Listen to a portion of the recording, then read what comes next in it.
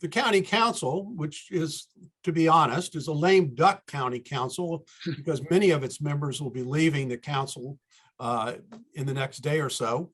The lame duck county council, as one of its final official acts, was to pass a decarbonization bill that would eliminate the use of natural gas and other fossil fuels as sources of energy in many types of new construction. Now, Mike, it's not really a surprise that this legislation was passed. I mean, the council has been all in on the anti-fossil agenda. They've wanted to see things changed over. So the only controversy seemed to be is how soon to implement the bill. No, I think that was right. And I don't think it's I think, well, I'll say start with a negative.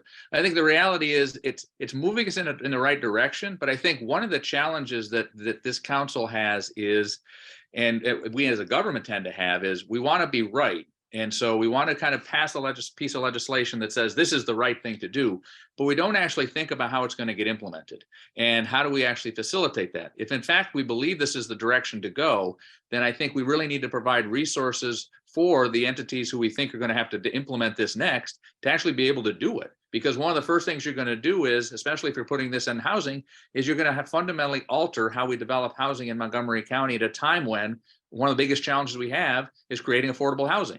So how do you facilitate, how do you provide incentives or resources to be able to allow folks who are building those new units to be able to do that and accommodate the new requirements you're putting out there and do it well so you can show how it can get done, as opposed to create another impediment to actually seeing the type of growth that we need in the areas we need to see it. Yeah, well, I looked at that's a great point, Mike, because the use of electricity to heat homes is about 4 times as expensive as the use of natural gas. So it also creates an affordability issue on behalf of the tenants who are going to have to pay a higher out-of-pocket costs, probably, in order to keep their homes heated in the winter. Laurie, your point. Yeah, I was just saying, PEPCO has warned the county council that they don't have the grid capacity right now, and it's going to take some time, yet they still passed it anyway. I mean, they're asking them to slow down and they're like, they'll catch up. Well, you know, that's just, I just, you know, this is, I don't know why this happens, but it seems to be that they think that that whatever they say, it'll, you know, this is serious. This is really serious. If they don't have the grid capacity, we'll have blackouts. People are going to have trouble surviving. So then, you know, we've got to, they're just not listening to the, you know, it drives me nuts.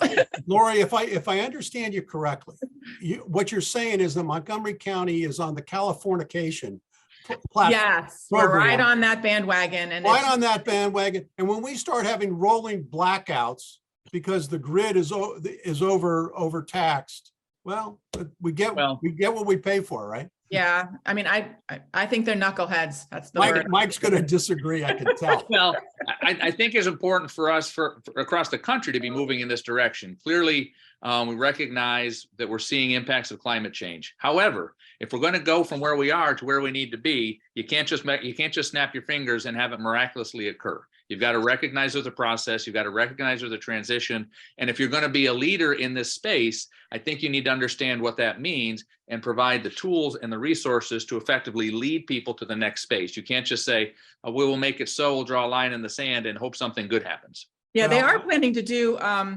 rebates and tax incentives and all that. It's all provided through the Inflation Act. It's show when I looked at the agenda that the county council discussed, it has that information in there. So except just remember, all that money is coming from our taxes. So that it seems like we're getting all these rebates. Oh goody, we get, you know, $7,500 when we get when we buy a car that's electric, but that's money that someone else is paying for me to have that Tesla. So is that fair?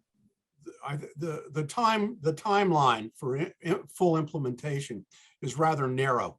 I agree with you on that, Laurie. So we will see how quickly and responsibly this can be changed.